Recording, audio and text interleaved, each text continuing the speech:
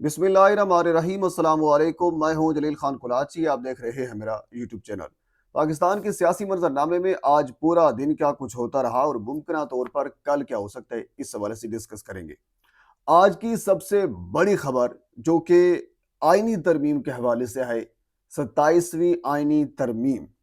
अब इस 27वीं आईनी तरमीम के अंदर क्या कुछ हो रहा है और क्या कुछ होने वाला है, क्या क्या चीजें बदली जा रही हैं, इससे पहले क्या कुछ कहा जाता रहा और अब क्या कहा जा रहा है। इवन के तकरीबन को एक दो दिन पहले मैंने खुद ये खबर भी आपको दी थी। कमरान मुर्तज़ा साहब जो जमीयत उलमा इस्लाम के रहनुमा हैं, वो एक शो के अंदर बैठे थे। तो उन्होंने ये कहा था कि अगर ये बार के इलेक्शन जीत जाती है एहसन बोन ग्रुप जो है, और उसके बाद फौरन अगले दिन सोमवार वाले दिन उन्होंने ये कहा था कि 27वीं आईनी तरमीम आ जाएगी। और उसके बाद फिर उन्होंने ये कहा था कि वो चीज़ें जो हमने पिछली यानी 26वीं आईनी तरमीम के अंदर रोकी थी, उनको दोबारा डाला जाएगा। यानी वो कौन कौन सी चीज़ें थी, वो आईनी अदालत के हवाले से थी, वो जजेस के तबादले के हवाले से थी, इस तरह कुछ चीज़ें थी। लेकिन उसके बाद फिर बैरिस्टर अकील आए जो कि तर्जमान भी हैं, रहनुमा भी हैं, एमएनए भी हैं, गो के फॉर्म 47 के हैं, लेकिन हैं। बहरहाल क्योंकि ये वतीरा है मुस्लिम लीग नून का झूठ पे झूठ बोलना, यकीन माने मुझे बाकी बाकी लोगों को भी तकरीबन इस चीज से चिढ़ होती होगी। यानी खामखा आप झूठ क्यों बोलते हैं? आज 2025 है, ये कोई 1925 नहीं है कि आप झूठ बोलेंगे फिर उसको साबित करने के लिए कुछ दिन लग जाएंगे, टेलीविजन के ऊपर नैरेटिव बनाएंगे। आज वो नहीं है। आज सोशल मीडिया का जमाना है। ट्विटर के ऊपर हर बंदा अपनी खबर दे रहा होता है। आप एक झूठ बोलते हैं, उसके नीचे आप कमेंट्स आकर पढ़ें तो आपको पता चल जाएगा कि आपने कितना बड़ा ब्लंडर किया है। इन आप अपनी, लेकिन वजह यह है कि बंदे को ढीठ होना चाहिए, तो ये ढीठ बहुत है। बैरिस्टर अकील ने कहा कि अभी तक तो 27वीं आईनी तरमीम का ड्राफ्ट भी नहीं बना, उसके ऊपर काम भी नहीं हुआ। यानी उसके ऊपर काम होगा और उसके बाद फिर ये तो काफी लंबा प्रोसेस है। लेकिन आज अभी कोई 2-3 घंटे पहले मैं आपके सामने रखूंगा, बिलावल भुट्टो साहब ने एक ट्वीट किया और उस ट्वीट के अंदर उन्होंने 27वीं आईनी तरमीम की जो तफसीलात हैं वो भी ट्वीट कर दी हैं कि ये होने वाला है। और साथ सारा का सारा बर्डन जो है वो पाकिस्तान मुस्लिम लीग नून के खाते के अंदर डाल दिया है कि वजीर आजम और उसकी कबीना और बाकी लोग जो हैं वो मिलने आए और उन्होंने 27वीं आईनी तरमीम के हवाले से हमारे से मदद चाहिए, हमें यह कहा है कि आप हमारी मदद करें। अब 27वीं आईनी तरमीम के जो चंद चीजें जो अभी सामने आई हैं वो मैं आपके सामने रख देता हूं। एक चीज जिसके ऊपर ज्यादा डिस्कस किया जा रहा है वो है आर्टिकल 243।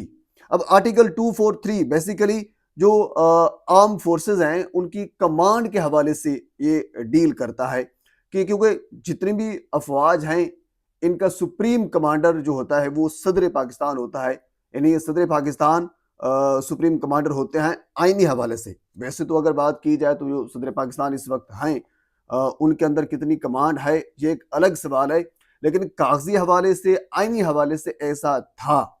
अब इसके अंदर भी तब्दीली की जा रही है। अब इसमें क्या तब्दीली की जा रही है ये अभी तक कंफर्म नहीं हो सका, लेकिन ये बताया जा रहा है, जरा इस चीज को कंफर्म कर रहे हैं कि अब इस आर्टिकल के अंदर भी तब्दीली की जा सकती है। अब क्या तब्दीली होगी आप खुद इसको जान सकते हैं। एक दूसरी चीज ये है कि बैरिस्टर अकील खुद अभी कुछ देर पहले जियो न्यूज के प्रोग्राम के अंदर गुफ्तगू कर रहे थे। जब उनसे पूछा गया कि 27वीं आनी तरमीम क्यों आ रही है, तो उन्होंने एक वजह यह भी बताई कि जो फील्ड मार्शल बनाया गया था आसिम मुनीर साहब को, उसको आईनी कवर देने के लिए, उसको आईनी तहफ़्फ़ुज़ देने के लिए ये 27वीं आईनी तरमीम भी आ रही है। यानी पहले फील्ड मार्शल बना दिया, अब उसको आईनी तहफ़्फ़ुज़ और आईनी कवर भी तो देना है ना।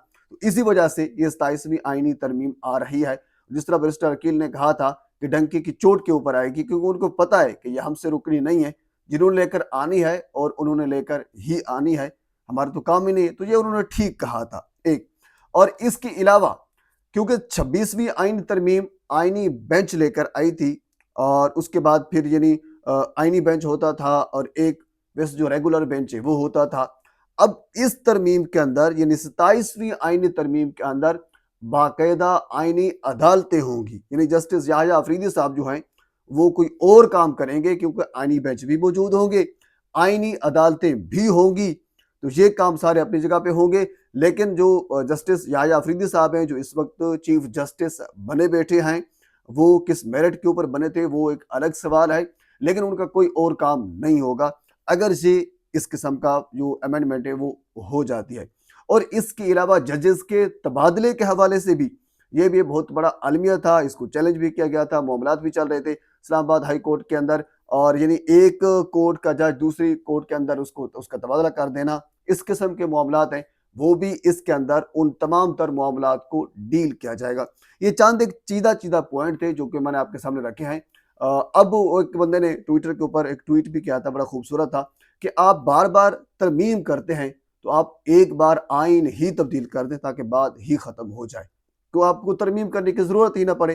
तो बहर 27वीं आइनी तरमीम जिसके बाकायदा तफसीलात जो कि बिलावल भुट्टो साहब ने एक मुस्तनद ज़राए से भी आ चुकी हैं, अब इसके पीछे कोई और चीज़ बाकी नहीं रही। ये आज की सबसे बड़ी खबर थी। अब हम थोड़ा सा आगे चलते हैं। अच्छा, अगली खबर, क्योंकि सुहेल अफरीदी साहब को मैं ये समझता हूँ अब उसका जो पहला राउंड है वो कामयाबी से वो अबूर कर चुके हैं। सुहेल अफरीदी साहब को रोकने की भरपूर कोशिश की गई, कहीं तरीके से उसको रोका जाए, उसको बाज रखा जाए, उसके राह में रोड़े अटकाए जाएं, उसको नाअहल होने की धमकी दी जाए। मुनीब फारूक के मुताबिक उसको झटके दिए जाएंगे। झटके किस चीज़ के कि आपको नाअहल किया जा सकता है, ये वाज़े तौर पर उन्होंने लिखा हुआ था। लेकिन इन तमाम तर चीज़ों से वो बंदा मावरा है, वो किसी चीज़ का उसको कोई परवाह नहीं है, तो हर चीज़ में अभी तक वो कामयाब हो चुका है। पिछले दिनों आपने देखा था कि 9 मई के केसेस उनके ऊपर डालने की कोशिश की गई, उसने कहा कुछ नहीं होता है। उसके बाद फिर ये कहा गया कि अब आफ्ताब शेरपाऊ को लाया जाएगा और गवर्नर राज लगाया जाएगा, हुकूमत ख़त्म की जाए। आफ्ताब शेरपाऊ पहले खुद आए मुनीज़ जहांगीर साहबा के प्रोग्राम में के अंदर, उन्होंने यही कहा कि नहीं ऐसा कुछ भी नहीं हो रहा। और उसके बाद फिर खुद फैसल करीम कुंडी साहब रात एक प्रोग्राम के अंदर गुफ्तगू कर रहे थे ARY न्यूज़ में, और उन्होंने यही कहा कि नहीं अब ऐसी सूरत हाल नहीं है कि गवर्नर राज लगाया जा सके। माजी के अंदर कुछ इस किस्म की उन्होंने कहा कि सूरत हाल बनी थी, अब नहीं है।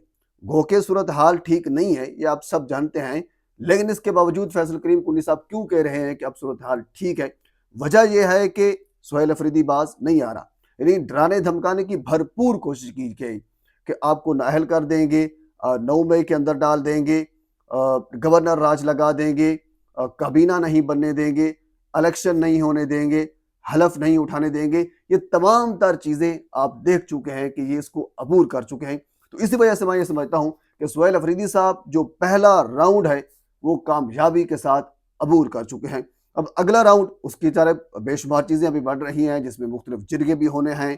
खैबर पख्तूनख्वा के अंदर इससे पहले फील्ड मार्शल पेशावर के अंदर एक जिरगा कर चुके हैं, उनका यानी रियासत की जानब से एक पैगाम आ चुका है कि जिरगा यही होगा।